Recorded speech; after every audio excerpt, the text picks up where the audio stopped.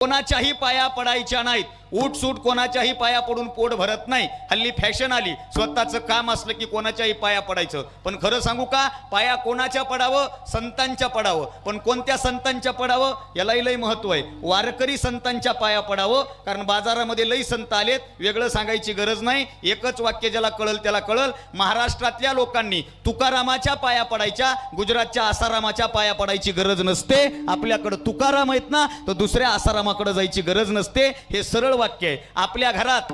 आपल्या घरात वारकरी संत पाहिजेत। पुढचं वाक्य ज्याला कळेल त्याला कळेल। व्यंकटेश, ज्याच्या घरात वारकरी संत, त्याच्या आयुष्याचं कल्याण। नाही तर ज्याच्या घरात अशोक खरात, त्याचं किती वाटोळं होतंय वेगळं सांगायची गरज नाही। आणि कोणीतरी त्या अशोक खरातला संत म्हणलं, एकच वाक्य सांगतो, छाछू करणारा कधीच संत नसतो, आणि जो संत असतो तो कधीच छाछू करत नसतो। ही गोष्ट तुमच्या मनामध्ये दृढ करून ठेवा। विठ्ठल।